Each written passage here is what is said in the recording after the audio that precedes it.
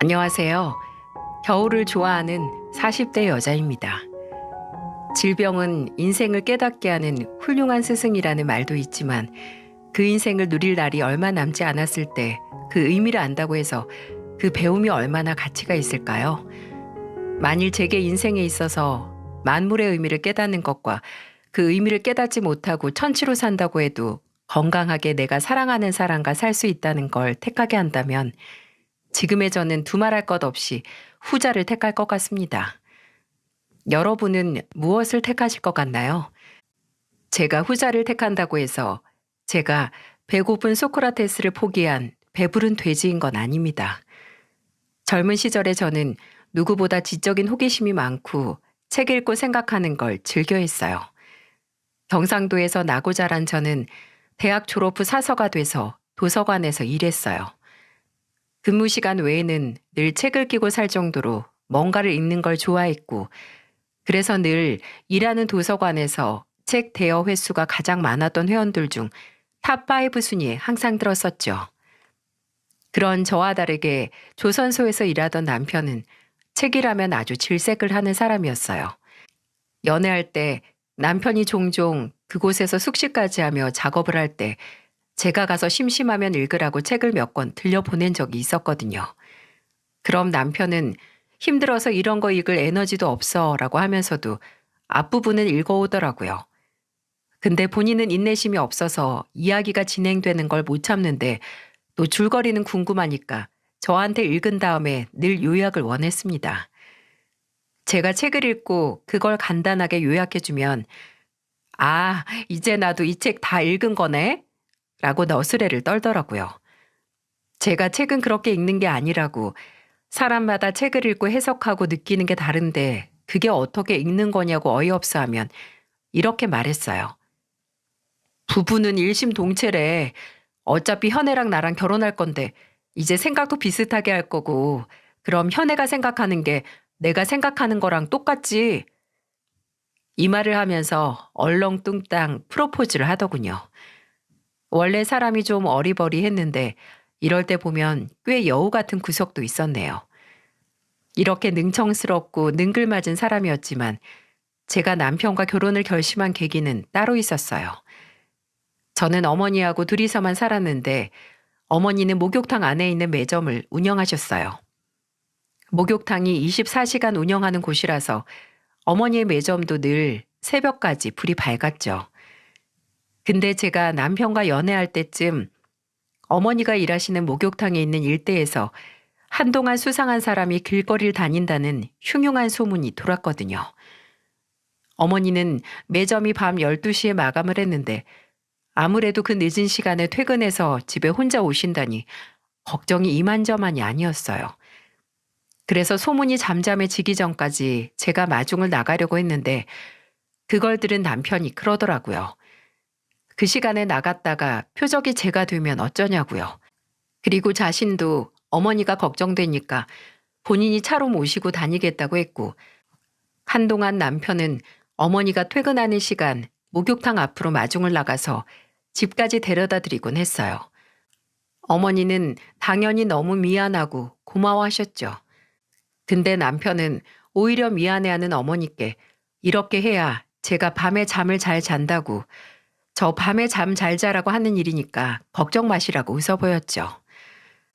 그때 나보다 내 가족을 더 챙기는 남편을 보고 이 사람과 결혼하고 싶다고 생각을 했어요. 또 남편과 결혼을 할 때 시댁에서는 1억이 되는 결혼 자금을 지원해 주셨는데요. 어머니는 그걸 고마워하시면서도 동시에 불편해 하셨어요. 시아버지께서는 공무원으로 근무 중이셨고 시숙님께서도 공무원이셨거든요. 동시에 안사돈도 사위도 너무 좋은 사람들이고 그런 좋은 집안과 사돈이 되면서 한 푼 내놓지 못하는 게 염치 없는 일이라 생각하시고 어머니는 제게 혼수하라고 1,000만 원을 주셨습니다. 저는 그 돈이 어떤 돈인지 알거든요. 어머니께서 매점에서 하루 종일 일하면서 몇 년 동안 차곡차곡 모은 고생과 세월의 무게가 있는 그런 돈이었어요. 그리고 남편도 그걸 알았고요. 그래서 남편은 그 돈을 저와 함께 어머니께 돌려드리며 말했습니다. 장모님, 저 이 돈 받은 걸로 치겠습니다. 이건 제 뜻만이 아니라 저희 부모님 뜻이기도 하세요. 혼자서 힘들게 키운 외동딸과 제 결혼 허락해 주신 것만으로도 감지덕지니까 돈까지 받으면 오히려 제가 장모님 얼굴 뵙기 너무 부끄럽습니다. 돈이 아니라 아직 부족한 사위 살면서 종종 장모님 딸 속상하게 하면 야단은 치시되 한 번쯤은 너그러운 눈으로 바라봐 주시고 배고픈 사위가 장모님 댁에 들리면 배부르게 먹여주세요. 전 그것만으로도 충분합니다. 그 말을 들은 어머니께서는 끝내 눈물을 보이셨고 남편은 그런 어머니 손을 잡고 걱정 마시라고 정말 잘 살겠다고 하며 어머니 마음을 위로했죠. 그리고 저희가 결혼한 후로 남편은 정말 제가 없어도 종종 혼자 어머니 댁으로 가서 혼자 밥을 먹고 오곤 했습니다. 그때 말한 건 진심이었다고 하면서 말이죠. 남편이 저희 어머니께 잘하는 것만큼 저도 그 마음에 보답하기 위해 시댁에 잘하려고 했어요. 시댁에는 공무원으로 일하는 시아버지와 아주버님, 그리고 시어머니와 복지회관에서 영어 강사로 일하는 형님이 함께 살고 있었는데 거의 평생을 어머니와 단둘이 산 제게 사람이 바글바글한 시댁은 좀 낯선 환경이었어요. 그도 그럴 것이 아주버님과 형님은 20대 중반에 일찍 결혼을 해서 일찍 시부모님을 모시고 함께 살고 있었거든요. 처음 시댁에 갔을 때 분위기가 굉장히 서로 친밀하고 화목해 보였어요. 그래서 제가 더 긴장을 했죠. 아무래도 가족들 간의 유대감이 깊은 만큼 새로운 사람이 들어갔을 때 겉돌 수 있잖아요. 근데 그건 다 제 기우였습니다. 시댁 식구들은 사람을 편안하게 만들어주는 마법 같은 능력을 가지고 있었어요. 시아버지께서는 저와 마찬가지로 책 읽는 취미가 있어서 대화 나눌 거리가 참 많았습니다. 제가 사서라는 걸 먼저 알고 계셨던 시아버지께서는 저를 본인의 서재로 부르셔서 넓은 방 양쪽 벽에 무수히 꽂힌 책을 구경시켜 주셨어요. 그리고 약간 의기양양하게 저를 보시곤 웬만한 도서관보다 낫지? 라고 말씀하셨고요. 그중엔 정말 오래된 책들도 심지어 구하기 어려운 초판본도 있어서 제가 호기심 어린 얼굴로 책을 꺼내보면 원하는 만큼 빌려가라고 하셨죠.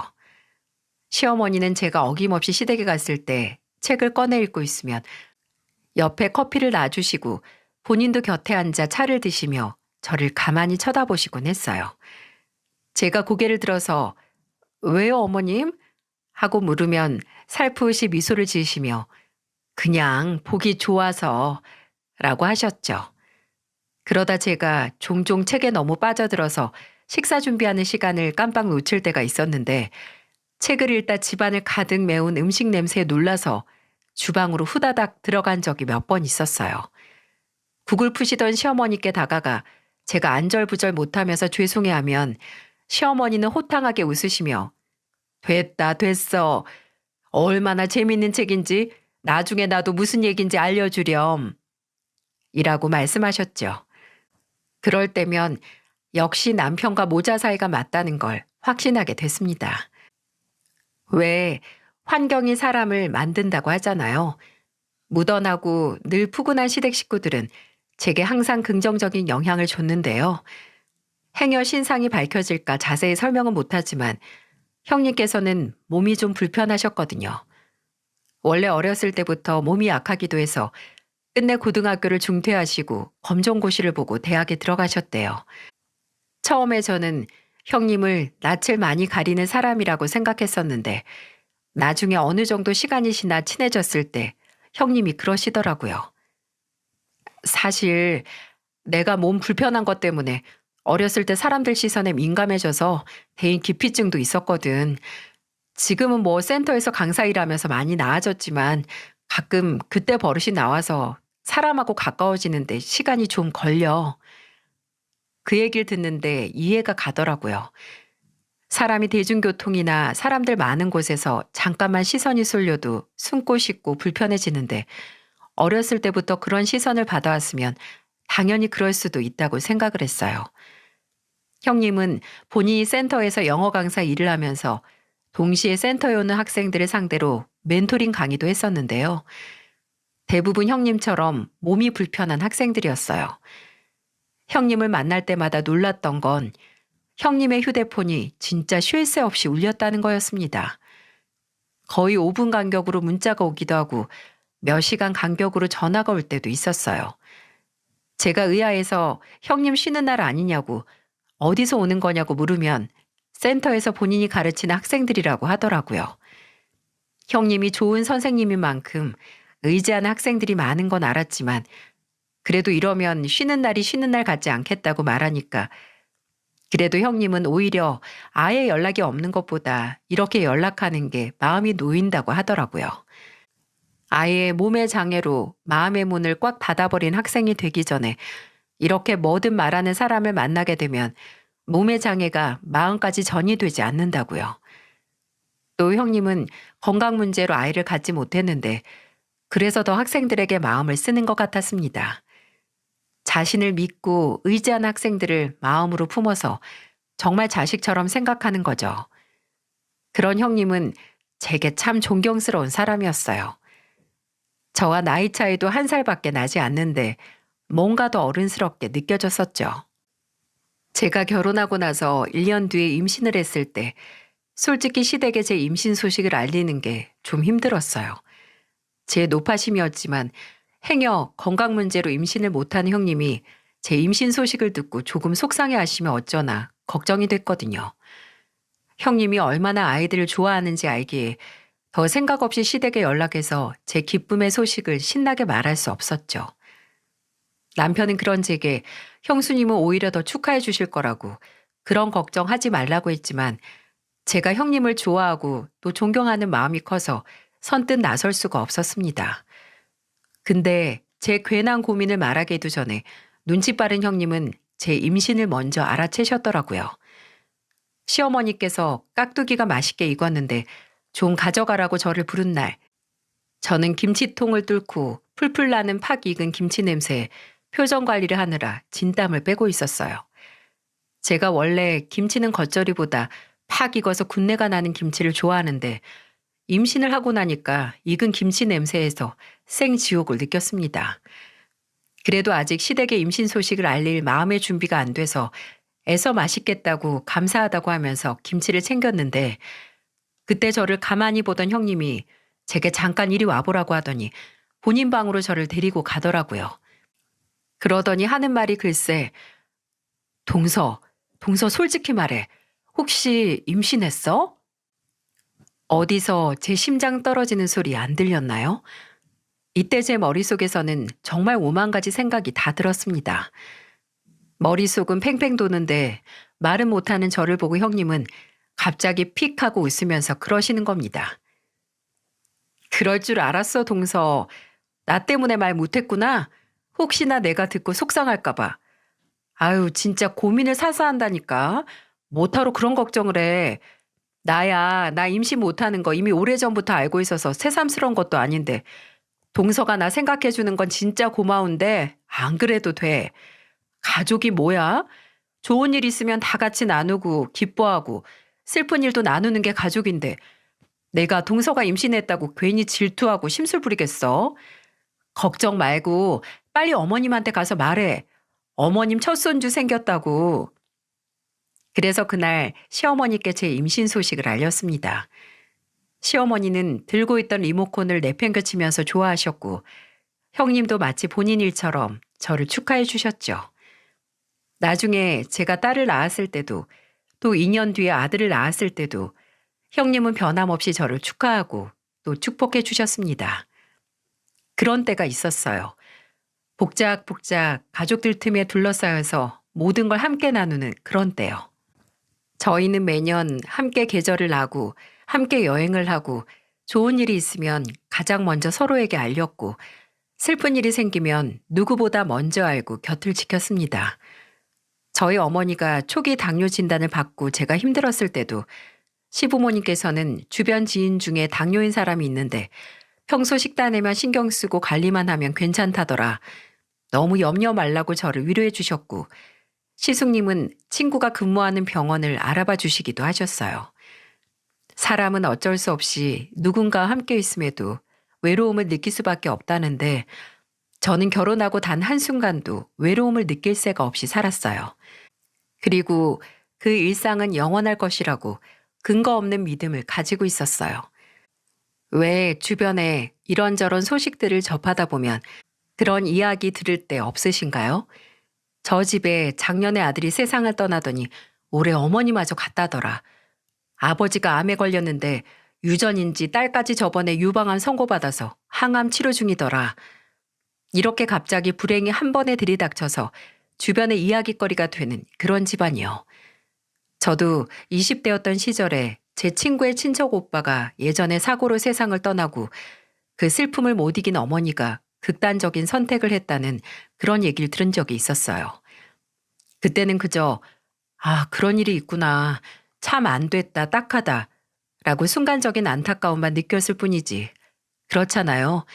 주변에 기적적인 일이 들려오면 언젠가 내게도 저런 일이 일어났으면 좋겠다라는 생각을 하지만 불행한 소식을 접하면 아이고, 안 됐네 하고 내게는 저런 일이 안 일어날 거라는 생각을 하기 마련이죠. 저도 그랬습니다. 제게도 그런 일이 일어날 수 있다는 생각을 전혀 못했어요. 결혼을 하고 5년 뒤, 그날은 저희 결혼 기념일이었습니다. 애들 2명을 데리고 분위기 좋은 곳에서 식사를 하기보단 그냥 집에서 뭐나 만들어 먹자는 생각에 남편과 마트에서 장을 보고 있었죠. 근데 그때 남편의 휴대폰이 울렸는데 아주버님의 전화더라고요. 웃으면서 전화를 받은 남편은 순식간에 얼굴이 잿빛으로 변하더니 아들을 안아들고 제게 말했습니다. 여보, 우리 지금 가야 돼. 아버지 사고 나셨대. 이게 무슨 말인가요? 사고라니. 마음속으로는 무슨 사고인지 얼마나 심각한 건지 5만 가지 질문이 생각나는데 당장 사색이 된 남편을 보고 차마 입이 떨어지지 않아 일단 저도 딸을 안아들고 차가 있는 주차장으로 향했습니다. 그리고 가는 길에 어머니 댁에 가서 애들을 맡기고 저와 남편은 아주버님이 알려준 병원으로 갔습니다. 시아버지는 자전거를 타러 나가셨다가 음주운전 차량에 치여 대퇴골 골절과 두부 손상 등 중상을 입으셨고 그로 인한 대형 수술을 받으시다 수술대 위에서 세상을 떠나셨어요. 정말 현실 같지가 않았어요. 정말 끔찍한 악몽을 꾸는 것 같았습니다. 수술실 앞에서 남편도 시숙님도 형님도 바닥에 주저앉아서 소리도 못 내고 우시던 시어머니는 쓰러지셔서 입원을 하셔야 했죠. 당장 사망 선고를 받고 장례까지 치러야 하게 됐는데 저희 모두 길을 잃은 아이처럼 제대로 된 사고도 행동도 할 수 없었어요. 병원에서 조치 후에 간신히 시숙님의 부축을 받고 시아버지의 장례식에 참석하실 수 있었던 시어머니는 시아버지 영정사진 앞에 서자마자 바로 안 돼, 안 돼 라고 되뇌이시다 다시 졸도하셔서 실려가셨어요. 시어머니는 차마 그 상실의 무게를 감당하지 못하셔서 시아버지가 가시는 길을 끝내 배웅하지 못하셨습니다. 꽤 오래 시댁에는 무거운 먹구름이 자리 잡았어요. 저희 모두의 슬픔과 상실은 분노가 돼서 음주운전을 한 가해자에게 향했고요. 처음에는 절대로 합의를 해줄 생각이 없었습니다. 저희 시아버지의 목숨을 앗아간 그 무책임하고 끔찍한 선택에 대한 벌을 받게 해주고 싶었어요. 하지만 가해자 측에서는 끝까지 합의를 제안해왔습니다. 징역을 받아도 감형을 위해서 합의금을 제시해온 거죠. 근데 사람의 모습에 값을 매긴다는 게 말이나 되나요?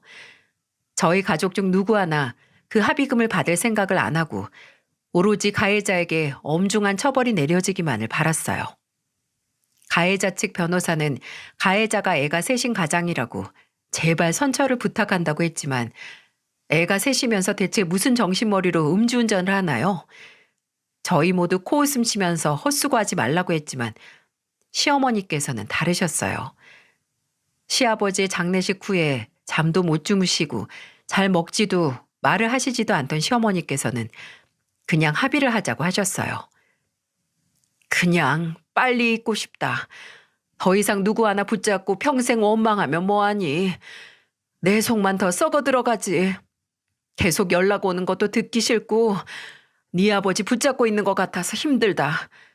그리고 사람 인생이 뭐 이렇게 허무하니? 이렇게 있었던 것도 모르게 순식간에 세상에서 사라지는데 정말 언제 어떻게 될지 모르는 게 사람 일인가 싶다. 그래서 더 무서워. 너희도 그렇고 나도 언제 어떻게 될지 모르는 거 아니니? 내 남편 뺏어간 인간 고작 몇 년 더 감옥 안에서 살게 할 바엔 합의금 받고 속 편해질란다. 나 너무 이기적이니? 하나 있는 남편 목숨이랑 돈이랑 맞바꾼 매정한 사람 같지? 네 아버지 행여 하늘에서 이런 마누라라고 상처받지 않는 건지 모르겠다. 미안해요. 미안해. 내가 너무 미안해. 시어머니는 시아버지의 죽음으로 큰 충격을 받으신 것 같았어요. 약간의 트라우마처럼 언제 어디서든 안전하지 않다는 불안증이 생기신 거죠. 근데 세상에 누가 그런 선택을 한 시어머니를 탓할 수 있겠습니까?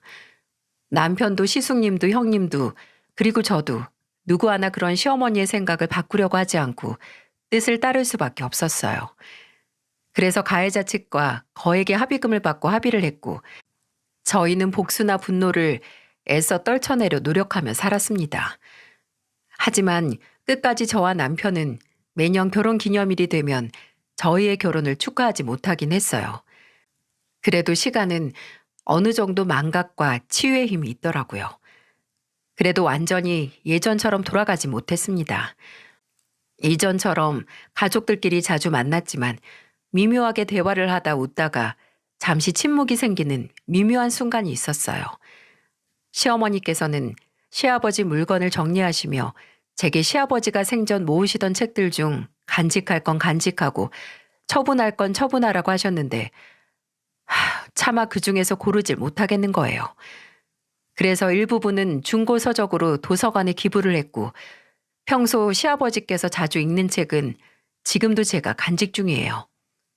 그중엔 시아버지가 읽으시다가 좋은 글귀를 표시하고 그에 대한 생각을 짧게 적은 부분이 있었는데 책을 읽다가 그런 부분을 발견하게 되면 뭔가 시아버지와 함께 독서를 하는 기분이 들 때가 있었는데 제게는 그게 시아버지 죽음을 덤덤하게 받아들이게 되는 일종의 의식처럼 받아들여졌죠. 저희 가족은 저마다의 방법으로 시아버지가 떠난 자리를 치유했습니다.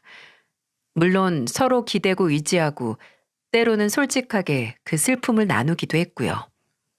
그렇게 서로가 각자 하나씩 가슴 속에 뻥 하고 뚫린 시아버지의 빈자리를 메꿔가고 있었는데 4년 뒤 애써 빠져나온 상실의 늪에서 저는 지옥의 낭떠러지로 굴러떨어지고 말았어요. 조선소에서 일하던 남편이 작업 중 유독가스 중독으로 정신을 잃어 구조가 돼 인근 병원으로 후송됐다는 거예요. 병원에서는 환자가 위독하니 보호자분께서 바로 오셔야 한다고 했고 당시 집에 막 도착한 저는 다시 신발만 신고 밖으로 뛰쳐나왔어요. 병원으로 향하는데 손발은 떨리지. 그런데 집에 있는 애들은 걱정되고 당장 다른 가족들에게 알려야 하는데 손가락이 제대로 안 움직여서 몇 번을 주먹을 쥐었다 폈다 하고 숨을 고른지 모르겠어요. 일단 형님에게 전화를 드렸고 형님은 시숙님과 함께 저희 집에 가서 애들을 데리고 시댁에 데려다 놓을 테니 걱정 말고 병원에 도착해서 전화 달라고 하셨어요. 애들 데려다 놓고 우리도 병원으로 가겠다고 하시면서요. 하지만 병원에 도착하자마자 저는 형님에게 전화드리는 걸 잊었습니다. 남편을 처치하던 의사에게 죄송합니다만 이란 말로 남편의 사망 소식을 들었기 때문이죠. 저는 주변에서 저를 부축해 주시던 병원 직원들에게 매달려 울부짖었습니다.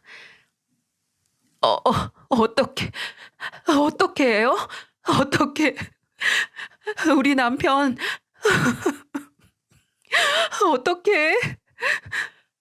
그렇게 울다가 과호흡이 와서 저도 누워있는 남편처럼 병원 침대에 눕게 됐어요. 진정제를 맞고 눈을 떴을 때 눈앞에는 시어머니와 형님이 수척한 얼굴로 저를 내려다보고 있었죠.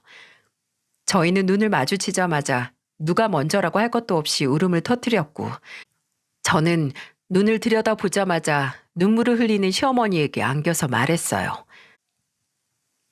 왜, 왜 우세요? 네? 어머님도, 형님도 왜 우세요? 아니잖아요. 우리 남편 괜찮잖아요. 안 죽었잖아요. 현실을 부정하는 제 말에 시어머니와 형님의 울음소리는 더 커졌고, 시어머니는 제 등을 쓰다듬어 주시며 불쌍한 우리 현애 어쩌니? 아유, 불쌍한 우리 현애 라고 하시며 우셨어요. 시어머니가 시아버지를 떠나보냈을 때 모습이 제가 남편을 떠나보내는 모습과 비슷했어요. 저도 몇 번을 정신을 잃고 나중에는 탈수까지 와서 몇 번이나 실려갔거든요. 사람이 감당할 수 없는 정도의 스트레스를 받으면 그대로 넘어가더라고요. 근데 그 순간마다 정신을 차리고 눈앞에 천장이 보이면 일어나야겠다는 생각은 안 들고 이대로 다시 눈을 감고 싶다는 생각이 간절했어요. 눈을 감았다 뜨면 오늘 저녁에 만두전골 해먹자고 하고 출근한 남편이 나타났으면 했습니다. 하지만 현실은 그저 저를 불쌍하고 안쓰럽게 쳐다보는 사람들만 수두룩하더군요. 시아버지 떠나신 지 얼마나 됐다고 다시 제게 이런 시련이 찾아왔을까요? 남편의 장례식 후에 잠시 저희 어머니가 저희 집에 오셔서 생활하시며 제 곁을 지켜주셨어요. 아무래도 저 혼자서 애들을 보는 것도 한계가 있고 제 상태가 정말 말이 아니었거든요. 불면증에 2주 만에 8kg가 빠져서 식이장애까지 왔었어요. 식이장애는 병원을 다니며 나아졌지만 그때 빠진 살은 지금도 뭘 해도 안 붙더라고요. 꿈을 정말 자주 꿨는데 계속 남편이 나왔어요. 남편이 나와서 제가 밥을 차려주는 꿈도 꾸고 남편이 잠깐 집에 와서 씻고 가는 꿈도 꾸고 저랑 손을 잡고 산책을 하거나 남편이 자고 있는 저를 깨우는 꿈도 꿨었습니다. 근데 꿈에 나오는 남편은 이상하게 말을 안 하더라고요. 제가 붙잡고 가지 말라고 하고 이번에 나랑 말 좀 하자고 해도 남편은 끝까지 입을 열지 않아서 제가 그런 남편을 애타게 부르다 꿈에서 깨서 한동안 식은땀을 흘리며 멍하니 있었어요. 이러다 보니 누군가를 붙잡고 꿈 얘기를 하고 싶더라고요. 남편이 왜 날 이렇게 찾아올까? 남편을 잘 아는 사람과 얘기를 하고 싶었습니다. 그래서 시댁에 갔었어요.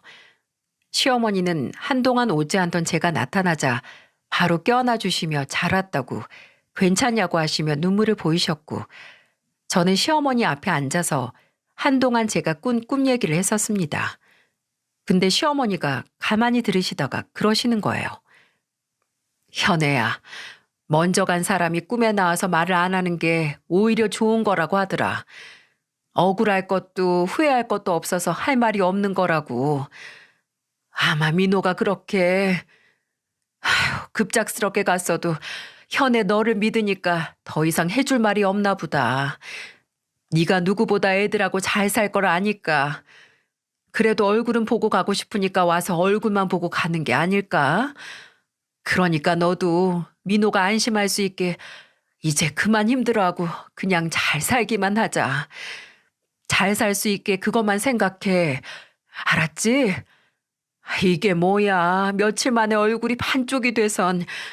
이러니까 민호가 계속 와서 우리 현애 잘 먹나 살은 좀 오르나 보고 가지.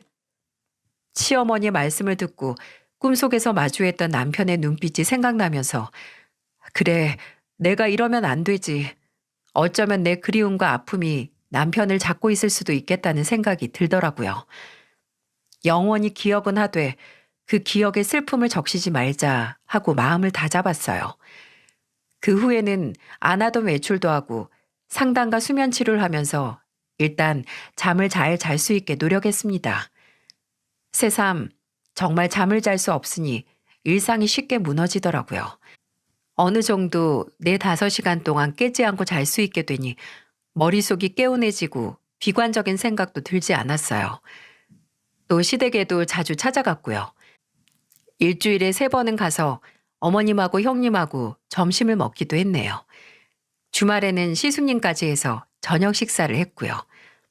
그냥 어떻게든 나와 함께 남편을 기억하고 있는 사람들 틈에서 위로를 받고 남편에 대한 기억을 공유하는 게 제가 제 상처를 치유하는 방법이었어요. 이제 괜찮을 거라고 생각을 하고 3달 정도 시간이 흘렀어요. 언제나 저를 환영해 주시고 언제나 제 편이 되어 주실 것 같은 시어머니께서 안 하시던 행동을 하시더라고요. 어느 순간 제가 시댁에 찾아가도 그냥 차만 마시고 피곤하다시며 바로 안방으로 들어가시기도 했고요. 또 다른 날은 아예 방에서 나오지도 않으셨어요. 저는 그때 시어머니께서 어디가 편찮으신 게 아닌가 해서 불안해졌습니다. 그래서 형님에게 말했죠. 어머니께 무슨 문제가 있는 게 아니냐고요. 근데 형님도 아주버님도 그냥 체력이 좀 떨어지시는 게 요새 피로감을 잘 느끼신다고 그런 말만 하시더군요. 그렇다면 운동이 부족한 게 아닌가 싶어서 저는 배드민턴이나 그냥 가벼운 산책을 함께 하자고 시어머니께 권유했어요. 근데 시어머니는 필요 없다고 하시며 제게 이렇게 말씀하시는 겁니다. 근데 현애 넌 언제까지 놀 거니? 너도 이제 다시 일이든 뭐든 시작해야지. 허송세월 보내지 말고. 좀 당황했습니다. 둘째를 낳고 저는 일을 쉬고 있었는데 아무리 남편이 떠나고 제가 2아이를 책임져야 하는 상황이긴 하지만 1년도 지나지 않아 바로 일을 하지 않느냐 눈치를 주는 듯한 시어머니의 말씀에 좀 서운하기도 하더라고요. 그래도 우리 어머님이 나를 생각해서 걱정돼서 하는 말이겠거니 생각하고 그러게요. 지금 저 받아주는 곳이 있을까요? 라고 가볍게 대답했던 것 같네요. 근데 그 후에도 시어머니는 아예 아주 찾아오는 저 자체가 문제라는 듯한 말을 자주 하셨어요. 어느 날은 같이 제가 사온 케이크를 잘라서 커피와 함께 먹다가 문득 이러셨어요. 너 언제까지 이렇게 자주 찾아올 거니? 내가 저번부터 말하고 싶었는데 여기가 뭐 방앗간도 아니고 계속해서 찾아오면 나도 그렇고 민중이도 그렇고 경원이도 그렇고 좀 불편할 것 같지 않니? 갑자기 왜 그러세요, 어머님? 혹시 제가 찾아오는 게 불편하세요? 아무래도 그렇지. 우리도 우리 식구들끼리 그냥 편하게 있고 싶은데 너 오면 안 먹던 반찬도 꺼내야 하고 손님인데 뭐든 내와야 하고. 우리 식구 그 말을 듣는데 와 가슴이 지끈거리더라고요. 그 식구에 저는 안 들어간 건가요? 그날은 너무 당황스럽고 서운해서 그냥 집으로 왔습니다. 그렇게 저도 마음이 불편해서 시댁에 안 찾아갔었는데 며칠 뒤 시어머니께서 저를 부르시더라고요. 저는 시어머니께서 그날 일에 대해 제게 사과를 하시고 오해를 푸시려고 하시나 하는 마음에 시댁으로 갔는데 시어머니는 아예 그날 제게 했던 말을 확인 사살하기 위해 부르셨던 거였어요. 현애야, 이 말 듣고 네가 너무 상처받지 않았으면 좋겠는데 이제 이 집에 안 찾아왔으면 좋겠구나. 네? 어머님, 아니, 왜요? 제가 혹시 뭘 잘못했나요? 아니, 네가 뭐 잘못한 게 있어. 그냥 연이 다 된 거지. 민호도 그렇게 갔는데 언제까지 혼자 된 며느리랑 이렇게 자주 보는 것도 영 왜 그래야 하는지 모르겠다. 솔직히 너 보면 나도 계속 민호 생각이 나서 괴로워. 그러니까 너도 이제 그만 찾아오고 네 인생, 네 새끼들이랑 살아라. 너도 나 보면 민호 생각나지 않니? 아직도 거실에 있는 민호 사진 보고 우는 애가 언제까지 제자리 걸음하려고 여길 찾아와. 이제 그만하자. 저는 그런 시어머니의 말씀에 매달렸죠. 갑자기 왜 그러시냐고. 뭐가 불만이시면 고치게 말을 해달라고 해도 시어머니는 고개를 단호하게 저으시며 입을 꾹 다무셨어요. 그 후로도 몇 번씩 시댁에 찾아갔지만 시어머니께서는 저를 만나주지 않았고 얼굴을 마주한다고 해도 제가 없는 것처럼 쳐다보지 않으셨어요. 이미 마음속에서 저라는 존재를 정리하신 것만 같아서 충격적이고 또 배신을 당한 것만 같아서 너무 서러웠어요. 저는 더 이상 말을 해도 저를 봐주지 않는 시어머니를 보다 얼굴을 축축하게 적신 눈물을 닦고 말했어요. 저 자체가 어머니께 먼저 간 아들 생각나게 해서 고통을 줄지 생각도 못했어요. 저는 어머님을 보면서 어머님하고 남편 얘기를 하면서 오히려 위로받았거든요. 근데 어머님은 그게 아니었나 보네요. 죄송합니다. 어머님이 원하시는 대로 눈앞에 안 나타나고 잘 살게요. 지금까지 감사했습니다. 어머님, 건강하세요. 나중에 형님이 저를 찾아와 어머님도 그동안 고민을 많이 하셨고 동서가 왔다 가면 매일 우셨다고 설명을 해주셨어요. 자식을 떠나보낸 마음이 아마 쉽게 아물지 않을 거고 아마 평생 아물지 않을지도 모른다고 하셨죠. 그래도 동서를 아끼지 않는 건 아니니까 힘든 일이 있으면 본인에게 연락하라고 저를 위로해주고 갔습니다. 하지만 그런 형님의 말에도 제가 시어머니께 받은 상처가 나아지는 건 아니었어요. 시어머니의 말도 형님의 말도 이해는 갔지만 그래도 서럽고 뭔가 버림받은 기분은 나아지질 않더라고요. 그리고 그런 마음은 한 달 만에 황당함과 의아함으로 바뀌었습니다. 그 일이 있고 다음 달 23일에 시어머니 이름으로 제 통장에 200만 원이 입금되어 있는 거예요. 이게 뭐지 싶었죠. 설마 이거 먹고 떨어지라고 시어머니께서 보낸 위자료 같은 건가 싶었고 또 설마 먼저 화해 메시지를 돈으로 보내신 건가 싶었어요. 근데 그때는 제 마음에도 좀 배신감이 남아있던 터라 다시 그 돈을 돌려보냈어요. 근데 몇 분 뒤에 그 돈이 다시 돌아오는 겁니다. 그래도 받고 싶지 않아서 다시 돌려보냈는데 몇 시간 뒤에 아주버님에게 전화가 왔어요. 재수 씨, 갑자기 돈이 들어와 있어서 놀랐죠? 먼저 말 못해서 미안해요.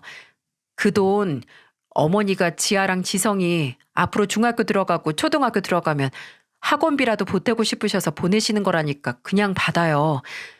재수 씨도 어머니가 재수 씨 미워서 그렇게 보낸 거 아니라는 거 알잖아요. 그냥 본인도 살려고 사지 하나 잘라내는 심정으로 재수 씨 보낸 거니까 어머니 마음 조금이라도 편안하게 해줘요. 그 전화를 하고 몇 분 뒤에 제가 도로 돌려보냈던 200만 원이 제 통장으로 돌아왔고 저는 다시 그 돈을 돌려보내지 않았습니다. 그리고 따로 애들 교육비를 위한 통장을 만들어서 그 돈을 넣었어요. 근데 그 다음 달 23일에 또 200만 원이 들어온 겁니다.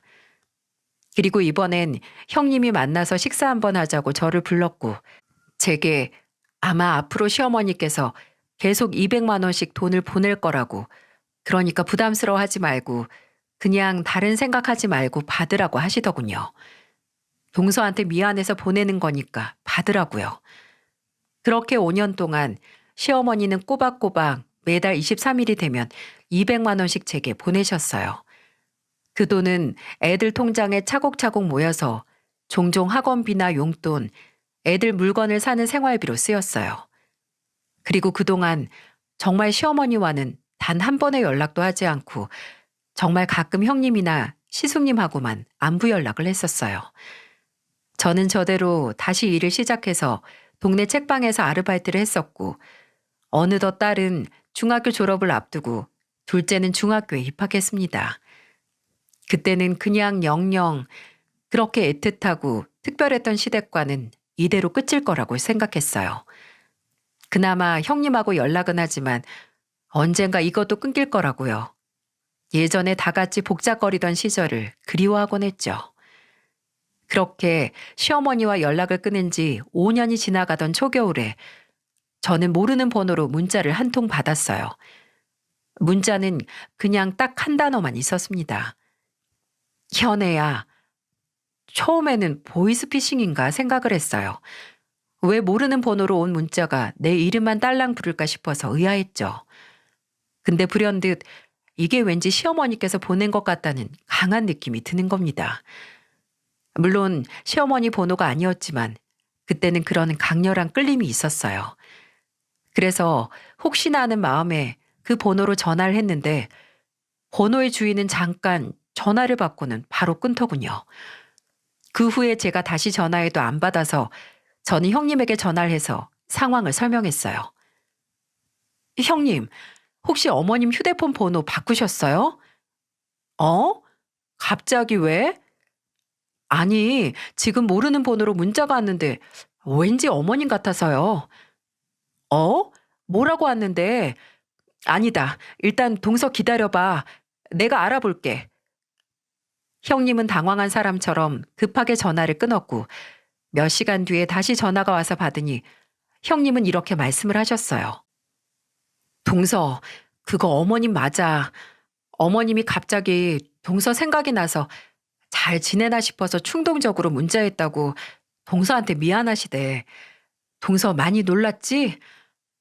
그럼 제가 전화했을 때 그냥 말씀하시지 왜 말을 안 하신 거래요? 형님, 지금 옆에 어머님 계세요? 계시면 저 좀 바꿔주세요. 아니야, 아니야, 동서. 어머님이 그냥 실수하신 거라고.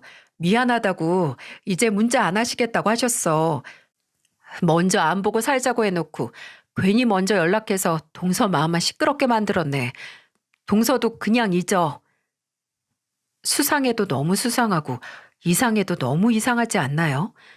갑자기 5년 만에 먼저 문자를 그것도 이름만 딸랑 보내시고 제가 어떻게 지내나 궁금하시다고 하시더니 이제는 통화도 하고 싶지 않다고 하고 저는 직감적으로 크고 작든 무슨 일이 생겼다고 생각해서 다음날 시댁을 찾아갔습니다. 근데 형님과 아주버님 두 분 다 시어머니께서 저를 안 보고 싶어 하신다고 막아서는 게 아니겠어요? 형님, 아주버님, 잠깐만요. 저 진짜 어머님 만나야겠어요. 대체 왜 안 만나주시고 왜 못 만나게 하는 건지 알아야겠다고요. 잠깐만, 동서, 좀 진정 좀 해봐. 이러면 어머님만 힘드시고 동서도 힘들어. 그러니까 일단 오늘은 그냥 가. 내가 다시 연락해 줄 테니까 제발, 어? 대체 왜 절 안 만나 주시는 걸까요? 5년이 흘러도 제가 어떻게 사나 궁금해 하실 거면서 대체 뭐 때문에요? 그 답답한 궁금증은 3일 뒤에 풀리게 됐어요. 형님은 제게 약 12분가량의 동영상을 찍어서 보내왔습니다. 연락을 해준다는 형님이 불현듯 보낸 영상을 불안한 마음 반, 궁금한 마음 반으로 애써 터질 듯이 두근거린 심장을 진정시키고 확인을 했어요. 그 영상에 나타난 사람은 바로 이제는 잘 알아보기 힘들 정도로 나이가 들긴 했지만 그때 나는 지그시 바라보는 눈빛은 변하지 않은 시어머니였어요.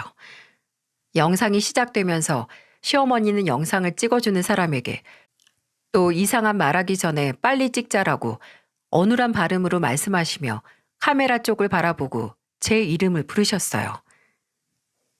현애야, 참 오랜만에 네 이름 이렇게 소리내서 불러본다. 꿈에서만 불렀는데 이렇게 오랜만에 불러도 어제 불러본 것 마냥 입안에 맴도는 게 내가 생각보다 널 더 그리워했나 보다. 어쩌면 현애 너는 아직 날 미워할 수도 있겠지만 현애야, 나를 너무 원망하지 마렴. 네가 하루빨리 우리 가족들한테서 벗어나야 새 출발도 할 수 있지 않을까 해서 그래서 널 내친 거였으니까. 너는 너무 젊고 지금까지 산 날보다 살 날이 훨씬 많은데 언제까지 먼저 간 내 아들만 그리워할 순 없잖아. 그리고 나는 그냥 너한테는 늘 강하고 당당한 시애미이고 싶어서 내가 욕심을 냈어.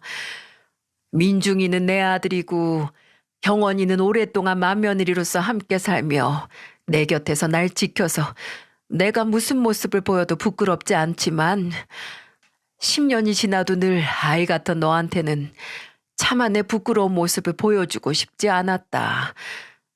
미안하다 현애야. 내 욕심 때문에 괜히 네가 상처를 받은 것 같아서 늘 마음이 안 좋았어. 그래서 조금이라도 내가 네 인생에 그리고 애들 인생에 도움이 되고 싶어서 돈을 보내왔던 거고 행여 그저 돈으로 해결하려는 단순한 노인네라고 생각 안 했으면 좋겠구나. 여러분은 세상에서 딱 한 가지 질병을 없앨 수 있다면 뭘 없애고 싶으신가요? 세상엔 무서울 정도로 몹쓸 질병이 참 많지만 저는 그 중에서도 치매를 사라지게 만들고 싶습니다. 영상 속 시어머니는 본인이 기억을 잃어가고 있다고 말씀하셨어요. 몇 달 전 환시를 보기 시작했고 지금은 해가 지면 나도 모르는 행동을 하고 말을 한다고 하셨죠. 그때의 나는 내가 아니기도 하고 나이기도 하고 그래서 무섭고 두려운데 예전의 기억이 현실의 기억과 맞물리고 뒤섞이면서 제게 문자를 보냈을 때도 예전의 기억만 남은 상태에서 갑자기 제가 보고 싶어서 본인도 모르게 보내셨다는 거죠. 시어머니는 그렇게 말씀을 하시고 한동안 멍하니 허공을 바라보시다가 영상 건너편에서 아주버님 목소리로 들리는 사람이 어머니, 어머니 하고 부르니 눈을 몇 번 깜빡거리시고 다시 말을 이어가셨어요. 몸이 곪아가는 것보다 기억이 곪아가는 게 더 비참하고 힘들더구나. 그래도 아직 제정신이 아닐 때보다 제정신일 때가 더 많은데도 이렇게 우리 아들하고 며느리 고생시키는데 시간이 더 지나면 어떻게 될까 무섭고 두렵고 그래. 근데 그런 내 남은 인생에 너까지 끌어들이고 싶지 않아서 그나마 정신이 온전할 때 내 목소리로 너한테 마음을 전하고 싶어서 이렇게 영상을 찍어달라고 해서 찍게 됐다. 현애야, 괜히 다시 연락해서 미안하다. 그리고 고마워. 그래도 너랑 보내온 10년이란 시간 동안 참 행복했어. 얼마나 행복했으면 지금도 잠깐 정신이 온전치 못하면 그 시절로 가장 많이 돌아가나 보다. 저번에는 경원이한테 내가 글쎄 현애라고 불렀다고 하던데 어째 영 난 기억이 안 나네. 아휴, 경원아, 나 피곤하다. 이제 그만해야겠어. 그러다 갑자기 힘이 훅 하고 빠지신 것처럼 시어머니는 앞에 있던 형님에게 손을 뻗더니 급하게 영상을 마무리하셨어요. 그 몇 분 말하는 것도 힘이 들 정도로 몸이 쇠약해지신 겁니다. 그 영상을 보고 바닥에 웅크려 누워서 울다가 또다시 영상 속 시어머니 얼굴을 보고 또 울고 그리고 끝내 내가 무슨 고생을 하든 상관없다. 시어머니를 만나고 싶다는 생각만 들게 됐어요. 그래서 또다시 이번에는 절대 뒤돌아오지 않겠다는 생각으로 시댁으로 향했죠. 그리고 또 제 앞을 막아선 형님과 시숙님에게 이제는 무릎까지 꿇어가면서 제발 만나게 해달라고 울었어요. 형님과 시숙님은 당황해하다가 저를 일으키며 집 안으로 들여보내줬습니다. 몇 년 만에 들어오게 된 시댁을 둘러볼 정신도 없이 저는 홀린 것처럼 시어머니 방으로 들어갔고 그곳에는 보호사로 보이는 분과 병원용 침대에 상체 기대고 앉아있는 시어머니를 마주할 수 있었습니다. 어머니, 누구야? 넌 누구냐? 절망적이었어요. 드디어 시어머니를 만나게 됐는데 저를 처음 보는 사람처럼 멍하니 보는 시어머니는 너무 늙으셨고 너무 작아지셨고 또 너무 약해 보이셨어요. 차마 다가가지도 못하고 주저앉아 우는데 제가 아는 시어머니가 아닌 시어머니는 그런 제게 약과를 내미시며 말씀하셨죠. 이거 줄 테니까 울지 말라고. 나중에 형님과 시숙님에게 듣기로는 2년 전부터 크게 건강에 문제는 없었는데 그냥 기력이 떨어지셨다고 해요. 그리고 한번 장에 염증이 나셔서 병원에 입원을 하셨고 그 후로 침대에서 생활하시게 됐다고요. 그리고 영상에서 나왔듯이 잠에 깼을 때 몇 번 환시를 보시고 그걸 현실과 구분을 못 하시더니 이젠 아예 치매 증상이 나타나고 있어서 조금이라도 증상을 늦출 수 있게 보호사를 불러서 예방치료도 하고 있다고요. 저는 시어머니가 하루하루 기력에 약해지고 기억을 잃어갈 때 종종 시어머니가 왜 나를 버리셨을까 원망했는데 제가 보이지 않는 곳에서 시어머니는 치열하게 자신의 병환과 멈출 수 없는 노화로 인한 변화를 겪으며 싸우고 계셨던 겁니다. 더 이상 내쳐졌다고 자기 연민에 빠져 있을 수 없었어요.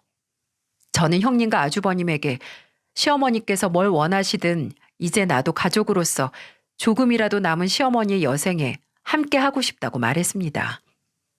진실을 알고서 저 혼자 잘 살면 그 인생에 무슨 가치가 있겠어요. 제게 약과를 주고 갑자기 졸리다며 잠에 드셨다가 일어나신 시어머니는 한동안 허공을 보시다 저를 발견하시고 깜짝 놀라셨어요. 네가 왜 여기 있냐고 시숙님께 네가 부른 거냐고 하시며 화도 역정도 내셨죠. 저는 그런 시어머니 손을 잡고 아니라고, 제가 오고 싶어서, 제가 어머님 보고 싶어서 왔다고, 그리고 앞으로 올 거라고 말씀을 드렸습니다. 이제 무슨 짓을 해도 저를 막을 수 없을 거라고, 어머님도 저를 말리지 못하실 거라고 제 의지를 확인시켜 드렸어요. 시어머니는 재작년 겨울에 끝내 새벽에 주무시다가 돌아가셨지만 돌아가시기 직전까지 저와 종이접기를 하셨어요. 치매 치료를 위해 항상 가족들의 이름으로 받아쓰기를 하거나 저와 종이접기를 하셨는데 한 번은 저보다도 더 앵무새를 잘 접으시다가 또 그게 좀처럼 안 되면 아이처럼 토라지고 종이를 찢고 제게 던지기도 하셨네요. 그럼 저는 다시 종이를 꺼내서 같이 천천히 해보자고 시어머니를 살살 달랬죠. 그럼 시어머니는 뚱하니 있으시다가 가만히 아까 본인이 종이를 던져 맞춘 제 볼을 쓰다듬고 다시 종이접기를 시작하시곤 했어요. 물론 정말 시어머니의 증상이 심한 날도 많았습니다. 그럴 때마다 화나 답답함보다 속상함이 더 커서 힘들었지만 제 안에 남은 시어머니에 대한 기억은 그저 좋은 기억뿐이네요. 책 읽는 저를 지켜보시고 우는 제게 약과를 지어주시고 아픈 볼을 쓰다듬어주는 아름다운 기억은 점점 병에 좀먹어가지만 본능은 저라는 존재를 기억하는 그런 모습이 제 안에 남아있는 시어머니였어요. 얼마 전 형님과 시숙님 그리고 애들을 데리고 시어머니께 다녀왔는데 먼저 떠난 시아버지와 그리고 제 남편과 같은 곳에 안치된 시어머니의 사진은 예전에 가장 행복했던 그 시절 찍은 사진이었는데 그냥 보기만 해도 웃음 나고 눈물이 함께 나는 그런 형용할 수 없는 힘을 갖고 있었어요. 저도 형님도 시숙님도 묵묵하게 영정 사진 앞에서 눈물을 훔치다가 누구라고 먼저 할 거 없이 예전 좋았던 기억을 떠올리며 그거 생각나요? 예전에 어머님이 라고 운을 뗐어요. 사람의 기억이란 게 그런 것 같습니다. 그저 기억하는 것만으로도 그 사람의 가치를 증명해내는 것 같아요. 많은 사람에게 좋은 기억으로 오랫동안 회자되는 것만으로 다른 곳에서 마치 그 사람이 살아있는 것 같은 그런 효과를 내는 것만 같네요. 앞으로도 시어머니도 시아버지도 그리고 제 남편도 어디선가 저와 제 가족을 봐주고 있을 그 사람들을 위해 더 많이 기억하고 그리고 좋은 기억만 하려고 노력을 해야겠어요. 제 안에서 영원히 그 사람들이 살아있을 수 있게 말이죠.